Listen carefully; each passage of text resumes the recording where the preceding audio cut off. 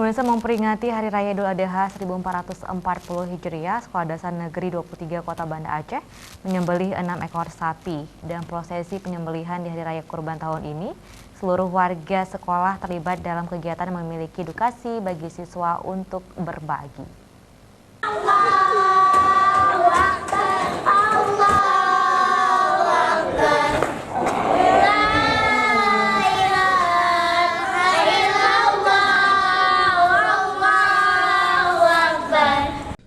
Dalam rangka memperingati Hari Raya Idul Adha 1440 Hijriah, warga Sekolah Dasar Negeri nomor 22 Kota Banda Aceh menyelenggarakan kegiatan penyembelihan hewan kurban di halaman dalam sekolah setempat.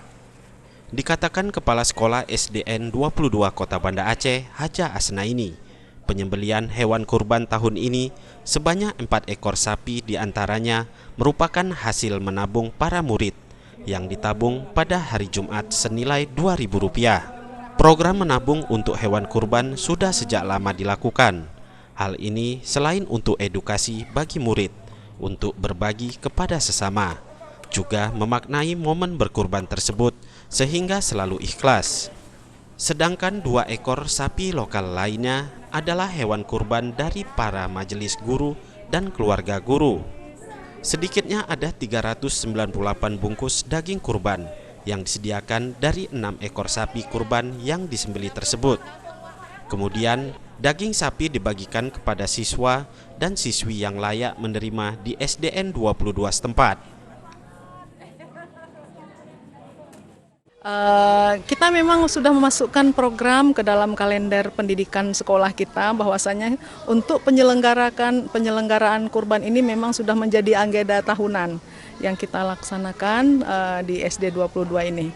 Harapan kami adalah anak-anak mengerti makna berkurban, tahu dia bahwasanya mereka bisa memberi untuk berkurban dan bisa membagi ke sesama teman-temannya yang kurang mampu.